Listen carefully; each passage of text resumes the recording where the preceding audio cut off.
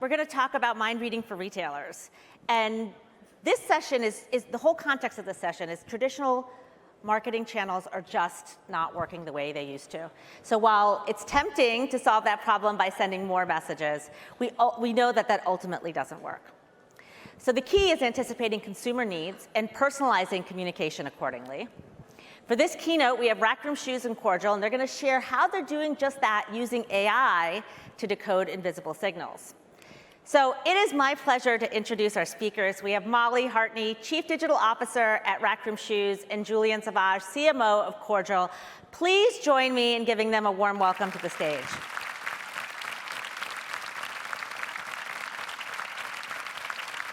Hi, how's everybody doing? Good. Come on, you can do better than that. I know. How's everybody doing? Woo! We can't compete with the swag, can we? Everybody got free stuff, you know. That's right. Anyhow, it's 10:30 in the morning, so you have no rights to be asleep. Now is a good time to be awake. Be with us. My name is Julien Sauvage. I'm the CMO at Cordial. We'll be reading your minds and help you read the minds of your consumers. And I'm here with Molly, CDO at Rackroom Shoes. Hi, Molly. Hi, how is everyone? Great. All right. Perfect. This is going to be a very interactive session.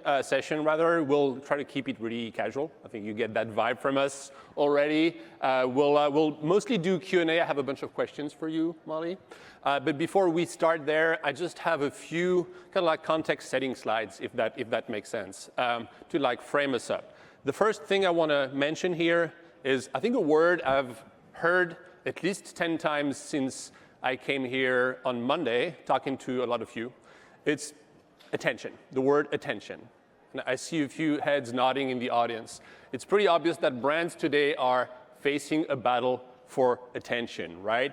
And it's because the interests of your consumers are rapidly shifting. They go from one thing to another, from one channel to another. It's really hard to keep up as a brand. And I think as such, the trap that most brands fall into is a trap that I call the trap of more. More ads, more emails, more promotions, more channels. Like you just want to like overwhelm your consumers, and we know it doesn't work that way, right? The performance is declining. We see performance of a few channels going down over month or years over years, right? And that promotional treadmill is kind of like burning everybody out, both the brand and the consumer. And when you step back just a second and you ask yourself, okay, why? Why is this happening? It's nobody's fault. But I would say the old legacy playbook and technology is definitely not helping brands reconnect to their tuned out consumers, right? So I'll give you an example. Obviously I am French. I think you've noticed that by now about me. I like sneakers. Maybe you've also noticed that about me. But the fact that I haven't bought a pair of sneakers in the last 3 months, not a good signal for me to buy a pair of sneakers today. Like that's not enough. And that's how we personalize our journeys as brands today, right?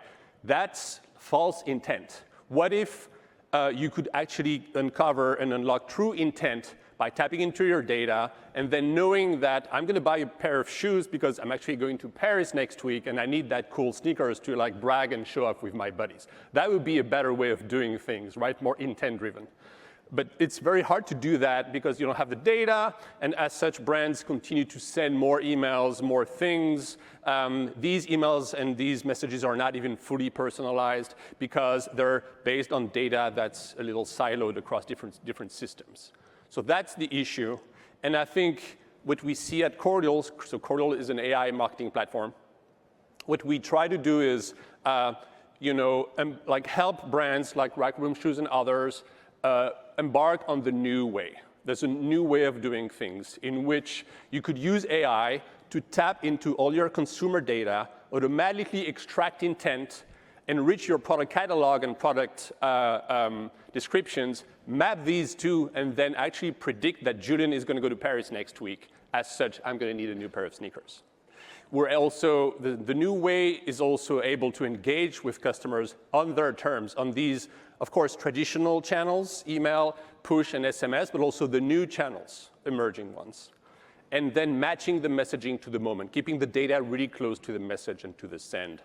All of that while staying ahead of the AI trend that's happening.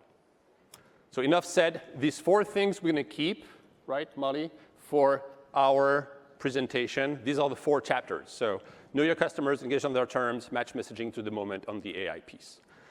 So does that work for everybody? Yeah, everybody's still here, alive with us? Woo! Okay, thank you. 2 people, my mom is cheering for me in the back. Love you, Mom. No, she's not here. All right, so the first one, let's talk about starting with knowing your customers first. Molly, do you want to tell us a little bit about how you're approaching that?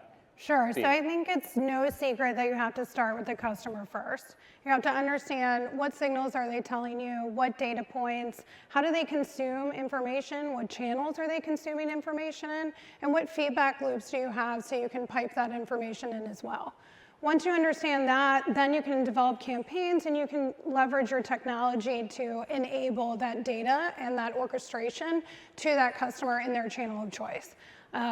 So for one for us is checkout. So I think checkout's probably pretty important to people because that is obviously where you get that conversion. So whether it's checkout online or in store, we know that our customer, based off their shopper signals, has a poverty for time. She wants to check out fast. She wants value-add items. And so we provide those items to her, whether it's buy online, pick up in store, free shipping, payment options. And then we make sure that those needs match what she's asking for so she can engage on them and ultimately lead to a conversion. Nice. There's one stat I see here, and by the way, if you want to grab the clicker, you're welcome to. Okay. We share all the things, including clickers here. There's a cool stat that I see here. I know this is a little more Cordial centric, but do you want to share like how you applied our tech to the abandoned cart use case? So as I mentioned before, we were looking at checkout. So from an abandoned cart perspective, we were actually missing certain signals to the customer in a seamless way. So we had abandoned cart signals, we had abandoned browse, we had abandoned search, but we didn't have them integrated in a way that we were able to orchestrate those data points together to be able to get that message to the consumer. So with Cordial Edge AI, we were able to integrate all those elements in together, and then we saw a 4 times increase in abandoned cart instantly overnight. So now it's sitting at around 3% of our total revenue, and that's without a coupon. That's very cool. Thanks. So let's now get into the second chapter, right, or the second theme, if you will, which is like really around personalization and the ability to engage on the terms of the consumer. Any gotchas, any lesson you've learned along the way? Yeah, so I think for me, it's really how do you stand out in a sea of sameness. So we're family channel footwear, and so from a brand, category, value, pricing perspective, we have to figure out how, from a macro level, we can get to more of a one-to-one true connection based off our customer preferences, their signals, and also it's not just about the immediate sales, but how do you make sure you engage that consumer where they are in their purchase funnel, and then understand what's going to help to drive retention and ultimate that loyalty. So you really need to give the customers a why behind the buy. I love that. Why behind the buy? People should take notes. I know. I am taking mental notes. The why behind the buy. Let's talk. Thank you, Molly. Let's talk about the third thing we mentioned at the beginning earlier, which is kind of like matching the message to the moment. And there's that notion of like you need to fix your basics and your foundation before you can even innovate. I'd love to hear how kind of like what was broken or not fully working when you joined Rack Room Shoes back then. Sure. So when I joined Rack Room Shoes, we have offline data and we have online data. However, we don't seamlessly integrate our offline and online data together to be able to service that customer in her channel of choice for what she wants to engage with. One of them in particular was product recommendations. I heard, I believe, the VP of Marc Jacobs talk about product recommendations yesterday. She had 3 different tracks. She manually did one, us too, and then she dynamically did 2 others with Wonderkin, I believe is who she was leveraging. I also heard Kelly Walton speak this morning about product recommendations and other things and how being able to, they actually homegrown their own and built it because they want to own that and make sure that they complete the customer's experience there. Well, we didn't homegrown ours, we were manually doing ours, and now we're dynamically doing them with Cordial Edge AI. And with that, we are able to take the offline and online data, put it together, we're able to score all of our contacts, we're able to leverage a new template, we can test dynamically in different spots, and now we can effectively have these placements not only within our email, our SMS, our online, and our offline, but how we target our consumers also within our search as well. So from that perspective, we're able to build more effective personalization that we can leverage to basically fuel growth in this area. I love this, and I always love the approach of like, instead of innovating and going after the next new shiny thing, just like take a look at what you have, assess your situation, and try to solve for the problems that are to be solved, right? Okay, this is not a typo. You saw that on the slide. It says coffee. Everybody wants coffee right now? I know I do. So why did we put coffee on that slide? It's because when Molly and I were prepping for this a couple of weeks ago, I believe now, right? Yeah. She dropped an awesome little anecdote that I thought was too cute not to be shared today. So tell us about the coffee story, if you may. Sure. So everyone does like coffee. You know, magic can happen over coffee. Magic can happen over happy hour. I believe in the coffee portion of the statement. So for me, I really think when I was at Funko, previous to Rack Room Shoes, it's a toy collectible company, if you're not familiar with it. I was their global chief marketing officer. And it was a private company moving into a public company all in one shot. And so from that perspective, it was a startup with not a lot of dollars. And I was trying to figure out where our customers were engaging, what signals they were telling me. So our app was a homegrown app. And I realized that from a customer standpoint, our fans were a fan of anything, right? Sports, gaming, movies. It didn't matter what they are. And they collected these little bobbleheads. And to a fan, i.e. a collector, the after-sale market was huge for them. So they were engaging in our app, sometimes spending almost 20 minutes in our app trying to figure out who they could buy, sell, and trade with. But I also noticed that they were bouncing out of our app and going to a website called Pop Price Guide. So I looked up Pop Price Guide, figured out there was a man who actually ran it out of Boulder, Colorado. I called him up and I said, hey, I'm going to fly down. Can we grab a cup of coffee? He thought it was hysterical, but I showed up and I said, I'm here. Can we go grab coffee? We grabbed coffee. And by the time I had flown home, we had already struck a deal to pipe his pricing guide into our app to test and learn from it. And then it led to a larger, basically, partnership with eBay that soon fueled the Funko app. So just a flight and a coffee led to an innovative idea to fuel our app, to engage our customers, to be able to keep them within our app, but also make sure that it led to a sale of more signals for the customer so I could be able to make sure that I was marketing to them and understanding who they are and where they wanted to be. So the takeaway is really, if you master your basics and or you just understand where your customers are giving you certain signals, it could lead to a flight and a coffee. It could lead to better product recommendations. It could lead to less complexity and or innovation without a massive budget. I love this. Yeah, I feel like sometimes the lack of budget is almost an excuse for people to not get creative, and this is a perfect counterexample to that. You don't need massive budget to get creative. So love that little gotchas. Thanks for Marty for sharing. Let's now get to the fourth theme. It starts with an A, it ends with an I. You've heard about it maybe 1,000 times since 8 a.m. this morning.